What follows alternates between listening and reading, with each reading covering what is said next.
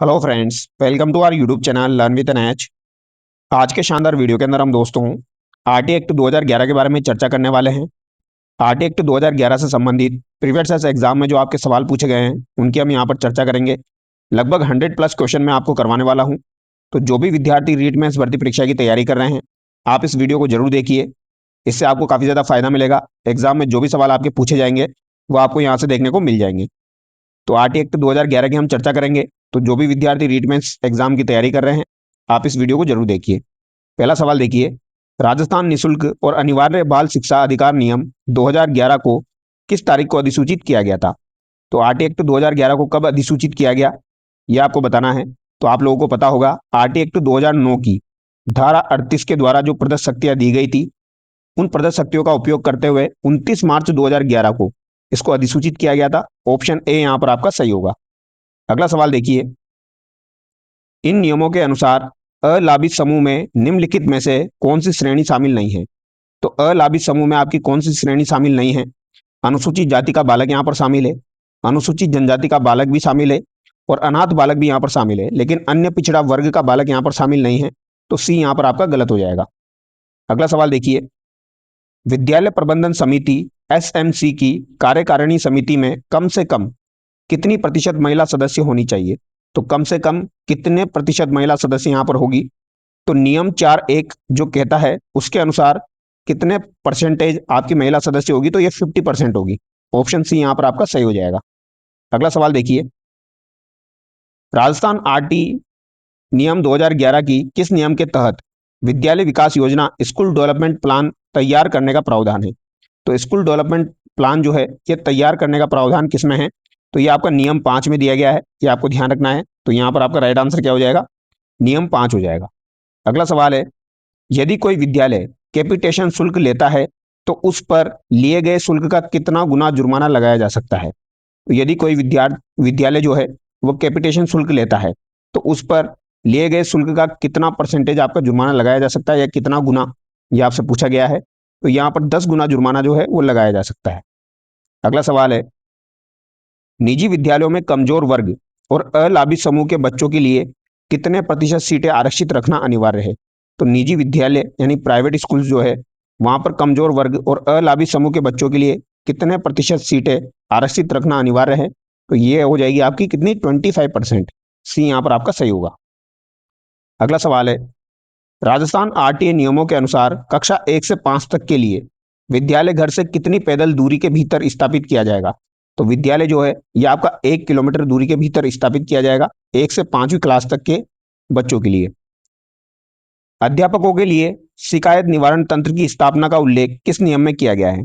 तो अध्यापकों के लिए जो शिकायत निवारण तंत्र की स्थापना का उल्लेख है ये किस नियम में किया गया है? तो ये आपका नियम 24 में किया गया है। किस में किया गया है? नियम 24 में यहां पर किया गया है। अगला सवाल देखिए, राज्य सलाहकार परिषद का अध्यक्ष कौन होता है? तो राज्य सलाहकार परिषद जो होती है इसका अध्यक्ष कौन होता है? तो इसका अध्यक्ष कौन हो जाएगा? शिक्षा मंत्री यहां पर हो जाएगा। अगला सवाल है, यदि कोई अध्यापक निजी ट्यूशन गतिविधियों में लिप्त पाया जाता है तो उसके विरुद्ध किस नियम के तहत अनुशासनात्मक कार्यवाही की जाएगी? तो कोई अध्यापक है अगर वो निजी ट्यूशन देता है तो उसके विरुद्ध किस नियम के तहत अनुशासनात्मक कार्यवाही की जा सकती है? तो ये आपको बताना है। तो ये कौन सा नियम यहां पर हो जाएगा? नियम 20 के तहत, शिक्षक सेवा नियमों के तहत, नियम 19 के तहत या नियम 21 के तहत? तो ये शिक्षक सेवा नियमों के तहत हो जाएगा। बी यहां पर आपका सही होगा। आरटी अधिनियम की धारा 28 जो है वो निजी ट्यूशन पर रोक लगाती है।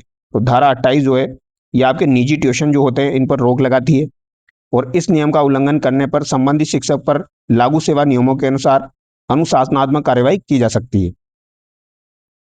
अगला सवाल है, राजस्थान आरटी नियम 2011 के अनुसार राज्य सरकार द्वारा निजी विद्यालयों को प्रति बालक व्यय की प्रतिपूर्ति कितने बार में की जाएगी? तो राज्य सरकार द्वारा निजी विद्यालयों को प्रति बालक व्यय की प्रतिपूर्ति कितनी बार में की जाएगी? ये आपसे पूछा गया है। तो ये वर्ष में 2 बार में की जाएगी। बी यहां पर आपका सही है। अगला सवाल है, विद्यालय प्रबंधन समिति की साधारण सभा की बैठकें प्रत्येक 3 माह में कम से कम कितनी बार आयोजित की जानी चाहिए? तो साधारण सभा की बैठकें जो है ये प्रत्येक 3 माह में कम से कम कितनी बार आयोजित की जानी चाहिए? तो प्रत्येक 3 माह में कम से कम 1 बार आयोजित की जानी चाहिए। अगला सवाल देखिए, दुर्बल वर्ग के बालकों से क्या अभिप्राय है जिनकी वार्षिक आय एक निश्चित सीमा से कम हो? तो इसका आंसर बताइए, दुर्बल वर्ग के बालकों से क्या अभिप्राय है? तो जिनकी माता पिता की वार्षिक आय 2.5 लाख रुपए से कम हो, तो वो इस श्रेणी में आ जाएंगे। बी यहां पर सही होगा। अगला सवाल है, राजस्थान आरटी नियम 2011 के अनुसार राज्य का शैक्षणिक प्राधिकारी किसे बनाया गया है? तो राज्य का जो शैक्षणिक प्राधिकारी है ये किसे बनाया गया है, ये आपसे पूछा गया है। राजस्थान माध्यमिक शिक्षा बोर्ड अजमेर को, राज्य शैक्षिक अनुसंधान प्रशिक्षण संस्थान RSCERT, राजस्थान विश्वविद्यालय जयपुर, प्रारंभिक शिक्षा निदेशालय बीकानेर। तो इसका राइट आंसर क्या हो जाएगा? राज्य शैक्षिक अनुसंधान और प्रशिक्षण संस्थान यानी RSCERT उदयपुर को बनाया गया है। बी यहां पर आपका सही होगा। अगला सवाल देखिए, यदि किसी बालक को मान्यता वापस लेने के बाद भी चलाया जाता है तो प्रतिदिन कितने रुपए का जुर्माना लगाया जा सकता है? तो कोई विद्यालय मान्यता वापस लेने के बाद भी अगर उसको चलाया जा रहा है तो प्रतिदिन कितने दिन रुपए का जुर्माना जो है उस पर लग सकता है? तो 10,000 रुपए का जुर्माना प्रतिदिन उस पर लगाया जाएगा। बी यहां पर आपका सही होगा। अगला सवाल देखिए, बालक के शारीरिक और मानसिक उत्पीड़न पर रोक का प्रावधान किस नियम के अंतर्गत है? तो बालक के शारीरिक और मानसिक उत्पीड़न पर रोक का प्रावधान किस नियम के अंतर्गत दिया गया है? तो ये नियम 17 के अंतर्गत दिया गया है। ऑप्शन सी यहां पर आपका सही होगा। अगला सवाल है, राजस्थान आरटी नियम 2011 में कुल कितने भाग और नियम हैं? तो आरटी नियम 2011 में कुल कितने भाग और नियम यहां पर हो जाएंगे? तो 10 भाग और 29 नियम यहां पर हो जाएंगे। 10 भाग होंगे और 29 नियम हो जाएंगे। विद्यालय प्रबंधन समिति का अध्यक्ष कौन होगा? तो विद्यालय प्रबंधन समिति का अध्यक्ष यहां पर कौन हो जाएगा? तो अभिभावक सदस्यों में से निर्वाचित एक सदस्य होगा। बी यहां पर आपका सही होगा। ठीक है, ये आपको ध्यान रखना है। नियम 4(2) के ए के अनुसार यानी 4(2)A के अनुसार यहां पर समिति के अध्यक्ष और उपाध्यक्ष का चुनाव समिति के अभिभावक सदस्यों के द्वारा ही किया जाएगा। अगला सवाल है, बालकों के अधिकारों के संरक्षण के लिए राजस्थान राज्य बाल अधिकार संरक्षण आयोग की शक्तियों का उल्लेख किस नियम में है? तो राज्य बाल अधिकार संरक्षण आयोग की शक्तियों का उल्लेख किस नियम में हो जाएगा? तो ये आपके नियम 26 में यहां पर हो जाएगा। अगला सवाल है, आरटी अधिनियम 2009 की किस धारा के तहत राज्य सरकार को नियम बनाने की शक्ति दी गई है? तो नियम बनाने की शक्ति किस धारा के तहत यहां पर दी गई है? तो ये धारा 38 के तहत यहां पर दी गई है, जो कि मैंने आपको स्टार्टिंग में बताया था। अगला सवाल है, कक्षा 6 से 8 तक के लिए जहां 100 से अधिक छात्र प्रवेशित है वहां क्या होना अनिवार्य है? तो 6 से 8 तक के लिए जहां पर 100 से अधिक छात्र प्रवेशित है वहां पर क्या होना अनिवार्य है? एक पूर्णकालिक प्रधानाध्यापक, इसके अलावा एक अंशकालीन कला शिक्षक, एक अंशकालिक स्वास्थ्य और शारीरिक शिक्षा प्रशिक्षक। तो उपरोक्त सभी यहां पर आपका सही होगा। इन सभी की यहां पर रिक्वायरमेंट होगी। अगला सवाल है, शिक्षक छात्र अनुपात के संबंध में कौन सा विकल्प यहां पर सही नहीं है? कक्षा 1 से 5 तक 60 बालकों पर 2 अध्यापक, कक्षा 1 से 5 तक 95 बालकों पर 3 अध्यापक, 1 से 5 तक 125 बालकों पर 4 अध्यापक और कक्षा 1 से 5 तक 210 बालकों पर 7 अध्यापक। तो यहां पर कौन सा विकल्प आपका सही नहीं है? तो कक्षा 1 से 5 तक 210 बालक जो होते हैं इन पर 7 अध्यापक वाला, ये यहां पर आपका गलत हो जाएगा, क्योंकि 200 से अधिक छात्रों पर छात्र शिक्षक अनुपात जो है वो 40:1 से अधिक नहीं होगा। ठीक है, प्रधानाध्यापक को छोड़ के 40:1 से आपका अधिक नहीं होगा, यह आपको ध्यान रखना है। आगे देखिए, विशेष प्रशिक्षण की कालावधि सामान्यतः कितनी होती है? तो विशेष प्रशिक्षण की कालावधि सामान्यतः कितनी होती है? तो ये 3 माह से 2 वर्ष तक होती है। तो बी यहां पर आपका सही होगा। अगला सवाल है, आयु के प्रमाण के लिए कौन से दस्तावेज मान्य नहीं है? तो आयु के प्रमाण के लिए कौन सा दस्तावेज आपका मान्य नहीं है, यह आपको बताना है। तो यहाँ पर स्कूल के प्रधानाध्यापक द्वारा प्रमाणित दस्तावेज यहाँ पर मान्य नहीं है। अस्पताल व सहायक नर्स या दाई का अभिलेख यहाँ पर मान्य है। आंगनबाड़ी अभिलेख मान्य है। माता पिता या संरक्षक द्वारा आयु का शपथ पत्र यहाँ पर मान्य है। आगे देखिए, राजस्थान आरटीए नियमावली 2011 के अनुसार यदि कोई निजी विद्यालय 25% कोटे के तहत प्रवेश देने से मना करता है तो शिकायत कहाँ की जा सकती है?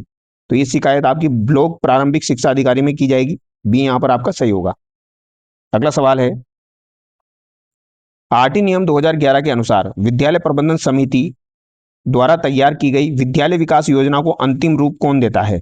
तो इसे अंतिम रूप जो है ये विद्यालय प्रबंधन समिति की कार्यकारी समिति के द्वारा दिया जाता है। सी यहाँ पर आपका सही होगा, यानी विद्यालय प्रबंधन समिति की कार्यकारी समिति। अगला सवाल है, राजस्थान आरटी नियमावलियों के तहत यदि कोई अध्यापक 5 वर्ष के भीतर निर्धारित न्यूनतम योग्यता अर्जित करने में विफल रहता है तो उसे सेवा से हटाने का अधिकार किसे है? तो इसे सेवा से हटाने का अधिकार जो है ये नियुक्ति प्राधिकारी को है। ए यहाँ पर आपका सही होगा। अगला सवाल है, राज्य सलाहकार परिषद के सदस्यों का कार्यकाल कितना होता है? तो राज्य सलाहकार परिषद जो होती है इनके सदस्यों का कार्यकाल कितना होता है? तो ये 2 वर्ष यहाँ पर हो जाएगा। ए यहाँ पर आपका सही है। अगला सवाल देखिए, विद्यालय प्रबंधन समिति की बैठकों के लिए गणपूर्ति कोरम क्या है? तो विद्यालय प्रबंधन समिति जो होती है इनकी बैठकों के लिए जो गणपूर्ति है और जो कोरम है ये क्या हो जाएगा? तो कुल सदस्यों का 1/3 यहाँ पर हो जाएगा। ऑप्शन ए यहाँ पर आपका सही होगा। अगला सवाल है, आरटी नियम 2011 के किस नियम में अध्यापक द्वारा किए जाने वाले कार्यों का वर्णन है? तो आरटी एक्ट 2011 के किस नियम में अध्यापक द्वारा किए जाने वाले कार्यों का वर्णन किया गया है? तो ये आपके नियम 20 में किया गया है, अध्यापक के द्वारा किए जाने वाले कार्यों का वर्णन। बी यहाँ पर आपका सही है। अगला सवाल है, राजस्थान आरटी नियमों के अनुसार समुचित सरकार की परिभाषा में क्या शामिल नहीं है? तो समुचित सरकार की परिभाषा में क्या शामिल नहीं है? राज्य सरकार द्वारा नियंत्रित कोई विद्यालय, स्थानीय प्राधिकारी द्वारा स्थापित विद्यालय, केंद्र सरकार द्वारा स्थापित केंद्रीय विद्यालय। तो ये तीनों तो शामिल है, लेकिन सहायता प्राप्त निजी विद्यालय यहाँ पर शामिल नहीं है। अगला सवाल है, एक विद्यालय में छात्र शिक्षक अनुपात बनाए रखने की जिम्मेदारी किसकी होती है? तो छात्र शिक्षक अनुपात बनाए रखने की जिम्मेदारी समुचित सरकार या स्थानीय प्राधिकारी की होती है। तो सी यहाँ पर आपका सही होगा।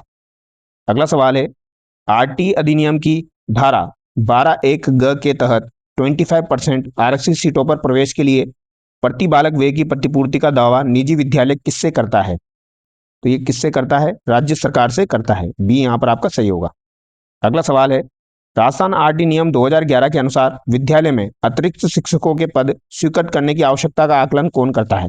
तो अतिरिक्त शिक्षकों के पद अगर स्वीकृत करने हो तो इसका आकलन किसके द्वारा किया जाता है? तो ये किसके द्वारा किया जाएगा? राज्य सरकार के द्वारा ही किया जाएगा। बी यहाँ पर आपका सही है। बालकों को अगली कक्षा में प्रोन्नत करने से रोकने की प्रक्रिया का उल्लेख किस नियम में है? तो अगली कक्षा में अगर प्रोन्नत करने से रोकने की प्रक्रिया का उल्लेख है तो ये किसमें दिया गया है? तो ये नियमों में उल्लेखित नहीं है, क्योंकि बालकों को रोका नहीं जा सकता। ए यहाँ पर आपका सही होगा। एसएमसी की कार्यकारी समिति में अभिभावक सदस्यों और अध्यापकों का अनुपात क्या होना चाहिए? तो ये आपका कितना होना चाहिए कार्यकारी समिति में? तो 75 अभिभावक और 25% आपके अन्य होने चाहिए। बी सही होगा। अगला सवाल है, राज्य सलाहकार परिषद की एक वर्ष में न्यूनतम कितनी बैठकें आयोजित की जानी चाहिए? तो एक वर्ष में न्यूनतम कितनी हो जाएगी? 3 हो जाएगी, और 3 महीने में 1 हो जाएगी। बिना मान्यता प्राप्त विद्यालय चलाने पर प्रथम बार उल्लंघन पर कितना जुर्माना लगाया जा सकता है? तो प्रथम बार उल्लंघन करने पर कितना जुर्माना लगाया जा सकता है बिना मान्यता प्राप्त विद्यालय चलाने पर? तो ये कितना जुर्माना लगाया जा सकता है? तो यहाँ पर 1 लाख रुपए तक का जुर्माना जो है वो लगाया जा सकता है। अगला सवाल है, आरटी नियम 2011 के अनुसार एक अकादमिक वर्ष में कक्षा 1 से 5 के लिए न्यूनतम कितने शिक्षण घंटे निर्धारित है? तो कितने शिक्षण घंटे जो है वो यहाँ पर निर्धारित है? तो ये 800 घंटे जो है निर्धारित है। बी यहाँ पर आपका सही है। एसएमसी की लेखाओं की वार्षिक ऑडिट लेखा परीक्षा किसके द्वारा की जाएगी? तो जो आपकी ऑडिट होती है जिसे लेखा परीक्षा बोला जाता है, तो ये किसके द्वारा की जाएगी? तो ये आपसे पूछा गया है। तो ये स्थानीय निधि अंकेक्षण विभाग के द्वारा की जाएगी। ऑप्शन ए यहाँ पर आपका सही होगा। अगला सवाल देखिए, आरटी अधिनियम 2009 के अनुसार कक्षा 6 से 8 के लिए एक शैक्षणिक वर्ष में न्यूनतम कितने कार्य दिवस होते हैं? तो कक्षा 6 से 8 के लिए एक शैक्षणिक वर्ष में न्यूनतम कितने कार्य दिवस यहाँ पर होते हैं? तो ये आपके कितने हो जाएंगे? 220 दिन यहाँ पर हो जाएंगे।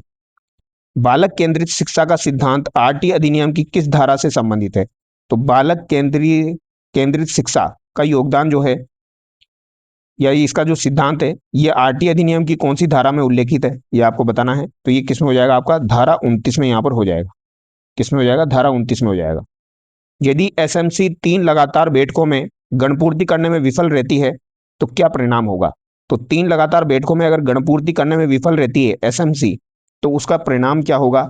समिति को क्या कर दिया जाएगा? भंग कर दिया जाएगा। राजस्थान आरटी नियम 2011 का कौन सा भाग राज्य सलाहकार परिषद के गठन और कार्यों से संबंधित है? तो राज्य सलाहकार परिषद के गठन और कार्यों से संबंधित कौन सा हो जाएगा? तो ये भाग आपका 7 हो जाएगा। डी यहाँ पर आपका सही है। शिक्षकों की शिकायतों के निवारण के लिए गठित ब्लॉक स्तरीय समिति का अध्यक्ष कौन होता है? तो ब्लॉक स्तरीय समिति का अध्यक्ष कौन हो जाएगा? तो ये आपका ब्लॉक प्रारंभिक शिक्षा अधिकारी यहाँ पर हो जाएगा। अगला सवाल है, यदि कोई विद्यालय किसी बालक को प्रवेश परीक्षा स्क्रीनिंग प्रोसीजर के लिए मजबूर करता है तो पहली बार उल्लंघन पर कितना जुर्माना लगाया जाएगा? तो पहली बार उल्लंघन पर कितना जुर्माना लगाया जाएगा?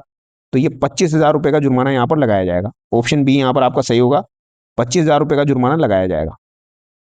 अगला सवाल है, राज्य सरकार द्वारा पड़ोस की सीमाओं का निर्धारण करते समय किन क्षेत्रों के लिए नियमों में छूट दी जा सकती है? तो राज्य सरकार द्वारा पड़ोस की सीमाओं का निर्धारण करते समय किन क्षेत्रों के लिए नियमों में छूट दी जा सकती है? तो ये आपके विरल आबादी, मरुस्थलीय और पहाड़ी क्षेत्रों में जो है वो छूट दी जा सकती है।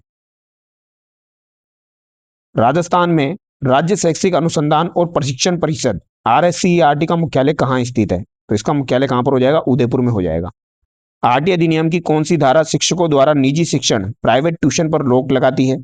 तो ये हम देख चुके हैं, प्राइवेट ट्यूशन पर रोक जो है ये आपकी धारा 28 लगाती है। राजस्थान राज्य बाल अधिकार संरक्षण आयोग अपनी वार्षिक रिपोर्ट किसे प्रस्तुत करता है? तो बाल अधिकार संरक्षण आयोग राजस्थान वाला अपनी वार्षिक रिपोर्ट किसको देगा? तो ये अपनी वार्षिक रिपोर्ट किसको देता है? राज्य सरकार को देता है। तो यहां पर आपका राइट आंसर क्या हो जाएगा? राज्य सरकार हो जाएगा। डी यहां पर आपका सही है। एसएमसी की कार्यकारी समिति में कितने सदस्य निर्वाचित और कितने मनोनीत होते हैं? तो 11 तो निर्वाचित होते हैं और 4 आपके क्या होते हैं? मनोनीत होते हैं। ए यहां पर आपका सही जाएगा। अगला सवाल है, विद्यालय विकास योजना SDP कितने वर्षों के लिए तैयार की जाती है? तो ये आपकी 3 वर्षों के लिए तैयार की जाती है। सी यहां पर आपका सही हो जाएगा। अगला सवाल है, शिक्षकों के लिए न्यूनतम अर्हताओं में छूट देने की शक्ति किसके पास है यदि राज्य में पर्याप्त योग्य शिक्षक उपलब्ध नहीं है? तो न्यूनतम अर्हताएं जो होती है अगर उनमें छूट देने की शक्ति है तो वो किसके पास है? अगर पर्याप्त योग्य शिक्षक उपलब्ध नहीं है तो ये किसके पास यहां पर हो जाएगी? केंद्र सरकार के पास हो जाएगी। बी यहां पर आपका सही है। इंपॉर्टेंट सवाल है, राजस्थान RT नियमों के तहत शिक्षकों की नियुक्ति के लिए एक चयन समिति में निम्नलिखित में से कौन सा सदस्य आवश्यक नहीं है? तो यहां पर चयन समिति में कौन सा सदस्य आपका आवश्यक नहीं है? जिला शिक्षा अधिकारी का प्रतिनिधि, विषय विशेषज्ञ, संबंधित विद्यालय का प्रधानाध्यापक, स्थानीय विधायक। तो स्थानीय विधायक की कोई जरूरत यहां पर नहीं है। डी यहां पर आपका गलत हो जाएगा। अगला सवाल है, समग्र विद्यालय गुणवत्ता मूल्यांकन होलिस्टिक स्कूल क्वालिटी असेसमेंट का कार्य कौन सी संस्था करती है? तो ये कौन सी संस्था करती है? RSCERT करती है। सी यहां पर सही होगा। RT अधिनियम की धारा 27 के अनुसार शिक्षकों को किस गैर शैक्षणिक कार्य में नहीं लगाया जा सकता? तो शिक्षकों को किस गैर शैक्षणिक कार्य में नहीं लगाया जा सकता यह आपसे पूछा गया है। तो 10 वर्षीय जनगणना में नहीं लगाया जा सकता है, आपदा राहत कार्य, चुनाव संबंधी कार्य प्लस पोलियो अभियान। तो किस में नहीं लगाया जा सकता यह आपसे पूछा गया है। तो इन तीनों में तो लगाया जा सकता है, ठीक है, प्लस पोलियो अभियान में नहीं लगाया जा सकता, यह आपको ध्यान रखना है। अगला सवाल देखिए, SMC द्वारा रखी जाने वाली बहियों रजिस्टर्स में कौन सी शामिल नहीं है? तो यहां पर कौन सी आपकी शामिल नहीं है? तो शिक्षक उपस्थिति बही जो है ये शामिल नहीं है, बैठक कार्यवाही बही है, आय व्यय बही है और स्टॉक बही भी है। अगला सवाल है, राज्य सरकार द्वारा गठित शिक्षक शिकायत निवारण समिति का निर्णय कितने दिनों के भीतर लागू किया जाना चाहिए? तो शिक्षक शिकायत निवारण समिति का निर्णय कितने दिनों के भीतर लागू किया जाना चाहिए? तो ये आपका 30 दिनों के भीतर जो है ये लागू किया जाना चाहिए। अगला सवाल है, यदि कोई स्कूल किसी बच्चे को उम्र के प्रमाण के अभाव में प्रवेश देने से इनकार करता है तो यह RT अधिनियम की किस धारा का उल्लंघन है? तो उम्र के प्रमाण के अभाव में अगर आप प्रवेश नहीं देते हैं तो RT अधिनियम की कौन सी धारा का उल्लंघन यहां पर किया जा रहा है? तो ये धारा 14 का उल्लंघन यहां पर किया जा रहा है। बी सही है। राज्य सलाहकार परिषद में कितने सदस्य पदेन एक्स ऑफिशियो होते हैं? तो कितने सदस्य आपके पदेन होते हैं राज्य सलाहकार परिषद में? तो 8 सदस्य जो है वो यहां पर आपके पदेन होते हैं, ठीक है। नियम 28(3) के अनुसार परिषद में विभिन्न विभागों के प्रमुख सहित कई पदेन सदस्य यहां पर होते हैं। किसी शिक्षक को निलंबित करने की शक्ति सामान्यतः किसके पास होती है? तो शिक्षक को निलंबित करने की शक्ति जो है ये नियुक्ति प्राधिकारी के पास ही होती है। सी यहां पर आपका सही है। अलाभी समूह के बच्चों के प्रवेश के लिए लॉटरी प्रक्रिया की निगरानी कौन करता है? तो अलाभी समूह के बच्चों के लिए प्रवेश के लिए लॉटरी प्रक्रिया की निगरानी कौन करता है? तो ये आपका SMC करता है। इसके अलावा एक स्वतंत्र पर्यवेक्षक करता है। पर्यवेक्षक यानी यहां पर सुपरवाइजर हो जाएगा, ठीक है। अगला सवाल देखिए, राजस्थान RT नियम 2011 में विशेष आवश्यकता वाले बच्चों CWSN के लिए विशेष प्रशिक्षण का प्रावधान किस नियम में है? तो विशेष प्रशिक्षण का प्रावधान नियम 6 में यहां पर आपका हो जाएगा। बी यहां पर आपका सही है। आरटीए अधिनियम के अनुसार पाठ्यक्रम और मूल्यांकन प्रक्रिया को निर्धारित करते समय क्या ध्यान में रखना सर्वोपरि है? तो पाठ्यक्रम और मूल्यांकन प्रक्रिया को निर्धारित करते समय क्या ध्यान में रखना सबसे ज्यादा जरूरी है? तो बालक का सर्वांगीण विकास जो है वो यहाँ पर ध्यान रखना जरूरी है। बी यहाँ पर आपका सही है।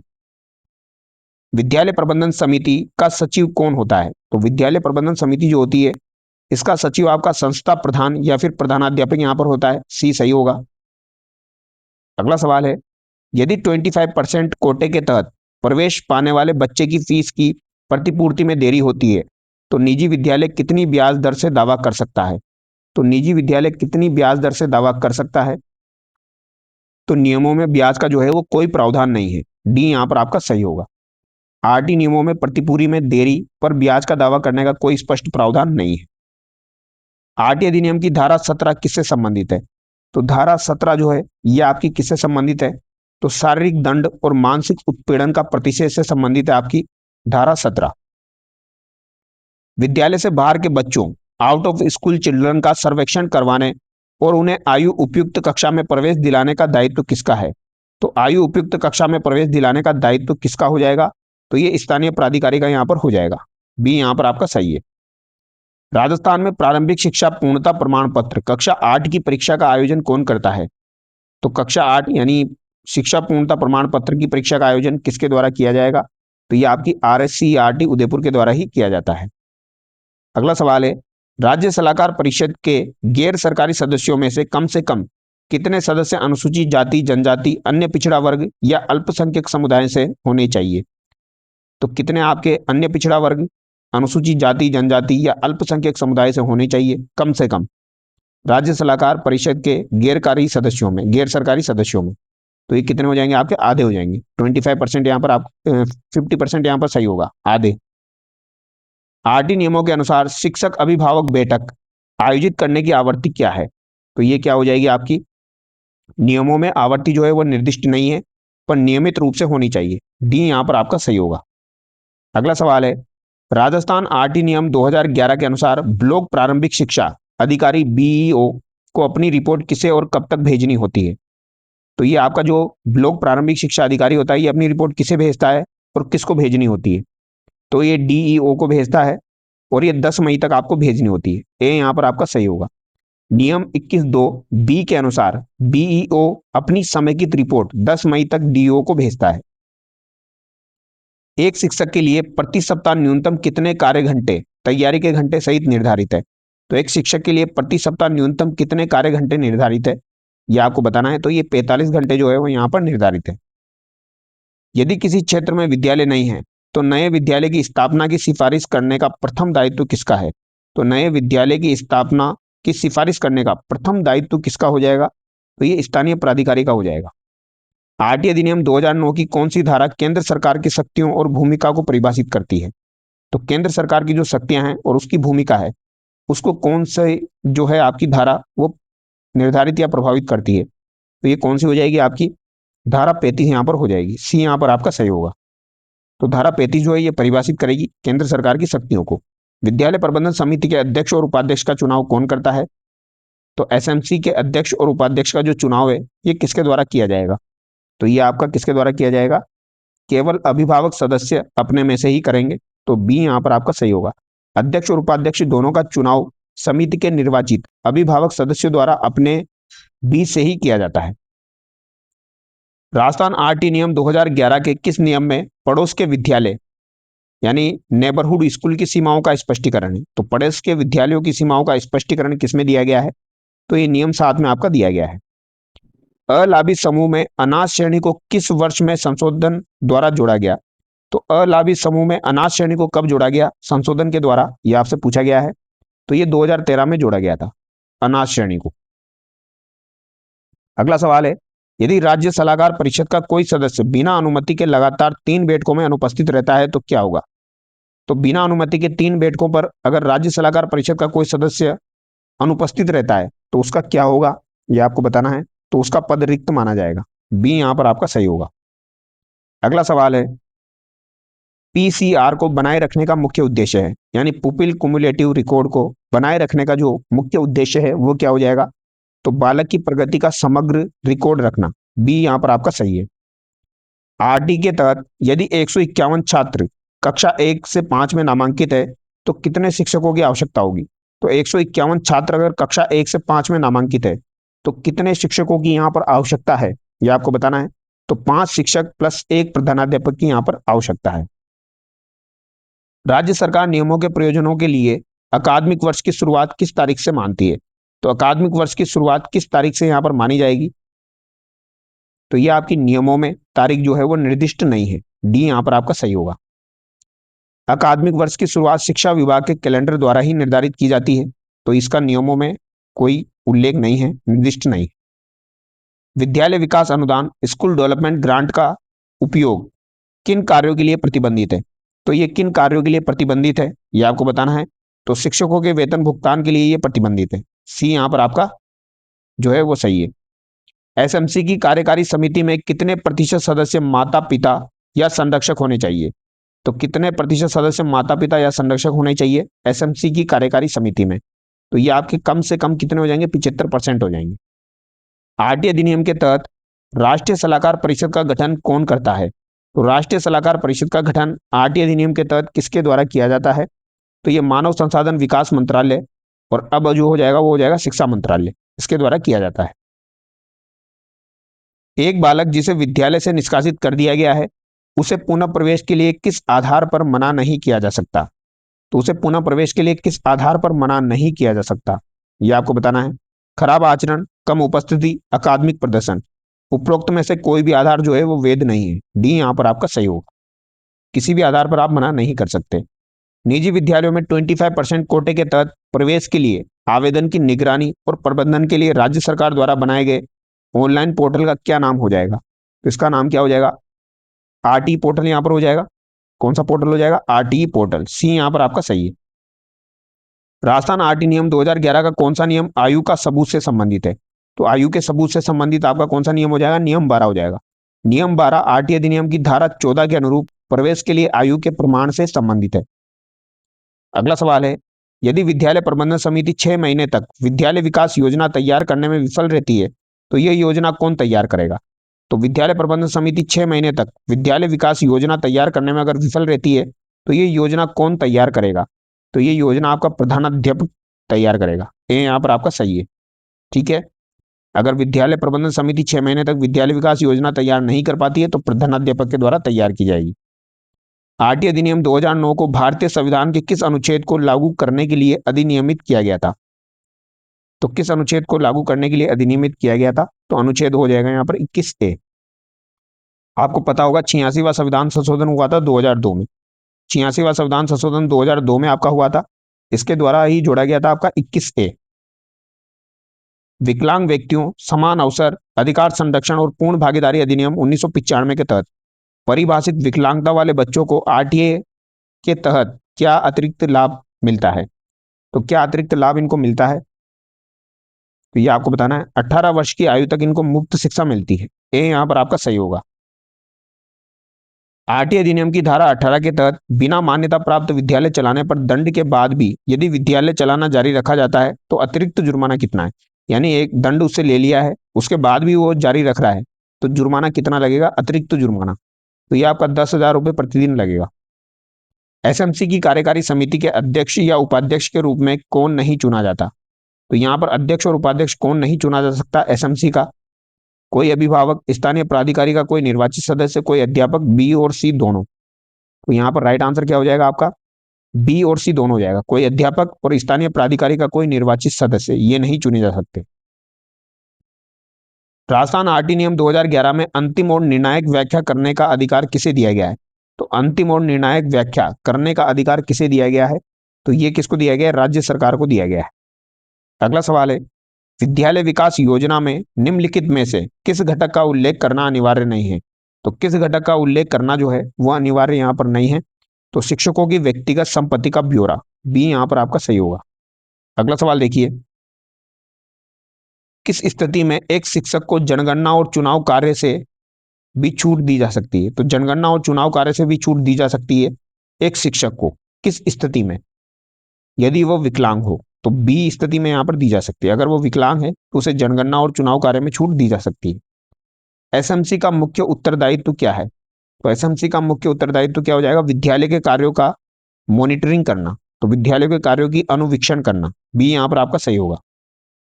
यदि राज्य में एनसीटीई द्वारा निर्धारित न्यूनतम योग्यता वाले शिक्षक पर्याप्त संख्या में उपलब्ध नहीं है तो केंद्र सरकार अधिकतम कितनी अवधि के लिए योग्यता में छूट दे सकती है? तो सरकार अधिकतम कितनी अवधि के लिए योग्यता में छूट दे सकती है अगर न्यूनतम योग्यता वाले शिक्षक पर्याप्त संख्या में उपलब्ध नहीं है? तो यहां पर कितने वर्ष की जो है अवधि की छूट दी जा सकती है योग्यता में, यह आपको बताना है। तो ये 5 वर्ष तक की छूट दी जा सकती है। ठीक है। आरटी अधिनियम की धारा जो 23(2) है आपकी, 23(2) में यह प्रावधान किया गया है कि केंद्र सरकार अधिकतम 5 साल की अवधि के लिए छूट दे सकती है। आरटी नियम 2011 के अनुसार डीईओ प्रारंभिक द्वारा समेकित रिपोर्ट किसे भेजी जाती है? तो डीईओ प्रारंभिक द्वारा समेकित रिपोर्ट आपकी किसे भेजी जाती है? तो ये निदेशक प्रारंभिक शिक्षा को भेजी जाती है। बी यहां पर आपका सही है।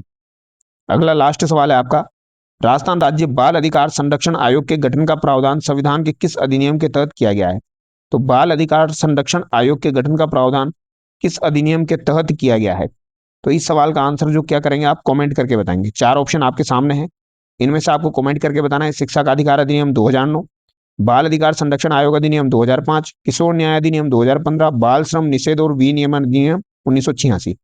इसमें से आपको कमेंट करके बताना है बाल अधिकार संरक्षण आयोग के गठन का प्रावधान संविधान के किस अधिनियम के तहत किया गया है। सिंपल सा सवाल है, इसका आंसर आप कमेंट करके बताएंगे।